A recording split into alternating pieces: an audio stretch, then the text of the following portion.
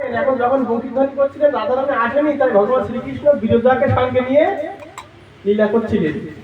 যখন বিরজার কুঞ্জে ভগবান শ্রীকৃষ্ণ লীলা করছেন, তখন দ্বারে পাঠিয়েছিলেন কাকে? শ্রীরামকে। শ্রীরামকে বললেন, শ্রীরাম তুমি দ্বারে থাকো, আমার অনুমতি ব্যতীত যেন কেউ এই কুঞ্জের ভিতরে প্রবেশ করতে না পারে।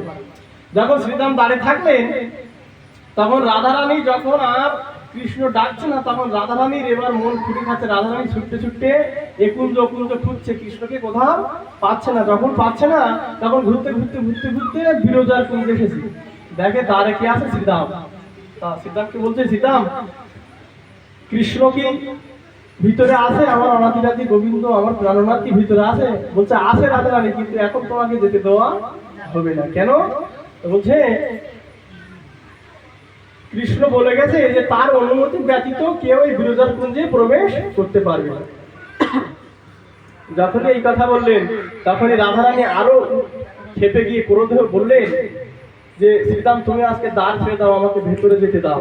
বললো না, হবে না। বলছে শ্রীরাম তুমি পাষাণী হয়ে গেছো, তুমি কৃষ্ণের সঙ্গ করো, তুমি কৃষ্ণ সঙ্গ করে পাষাণী হয়ে গেছো, তো আমি তোমাকে অভিসম্পাদ করছি। এই ক্রোধ খুব খারাপ জিনিস, যে ক্রোধের কারণে রাধারানীকে এই মত পেয়ে সে কষ্ট ভোগ করতে হয়েছিল। তো রাধারানী কি বললেন? অভিশাপ করলেন যে তোমার হৃদয়টা পাষাণের মতো হয়ে গেছে, তুমি অসুরের মতো আচরণ করতে চাই, তোমাকে কি হবে?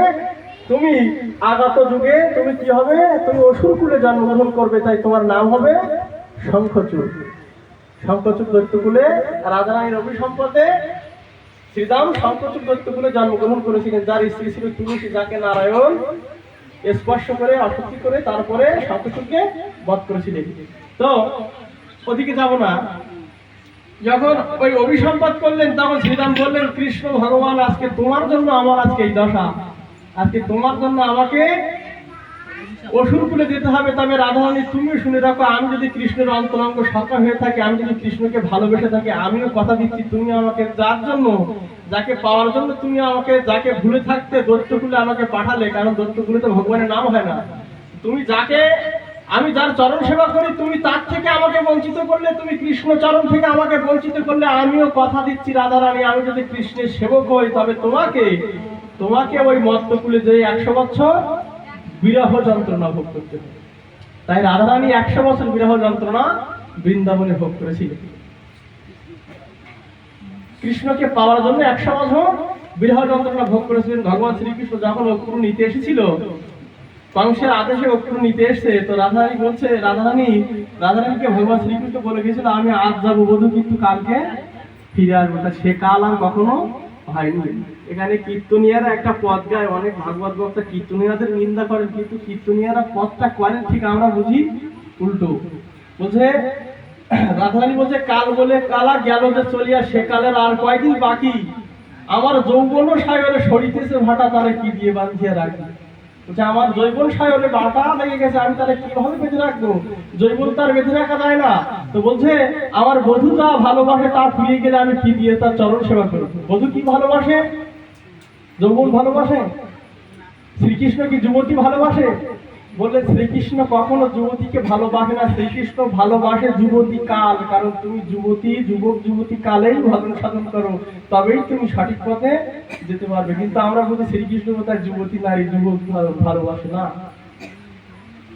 ভগবান এটা কখনো ভালোবাসেন না, তিনি অনাদিরাদি গোবিন্দ, তিনি কখনো এটা ভালোবাসেন না। তিনি ভালোবাসেন কি, তোমরা যুবককাল, শিশুকাল থেকে আমার ভজন করো, তোমরা যুবককালে এসো, তবে আমাকে পাবে, নচেত আমাকে পাবে না। এই যে আমরা এইভাবে বসে আছি, যারা বৃদ্ধ তারা মনে হচ্ছে একটু পা লম্বা করে দিয়ে বসতে পারলে ভালো হতো, একটু চেয়ার হলে ভালো হতো, এইভাবে আমরা চিন্তা ভাবনা করি। কিন্তু যুবক বয়সে আমরা ঘন্টাকে ঘন্টা এইভাবে বসে থাকার সক্ষমতা রাখি। অনেক সময় বৃদ্ধকালে কি হয়, প্রস্রাবের সমস্যা হয়, অসারে প্রস্রাব হয়ে যায়, কাপড় চোপড় নোংরা হয়ে যায়, তখন কি হয়, সাধন ভজন করা সম্ভব হয় না। এই কারণে বলছে তোমরা যুবক থাকে সাধন ভজন করো, অভ্যাস করো। গীতাতে বললেন অভ্যাস, যাকে বললেন তোমরা অভ্যাস করো, অভ্যাস করলে একদিন না একদিন ওই ইন্দ্রিয়গুলো তোমার দাসত্ব স্বীকার করবে। গৌড়িতে পরমানন্দে হরি হরি বলো।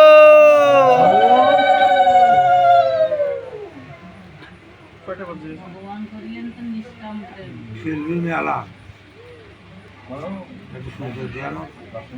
বিশ্রাম যাবে না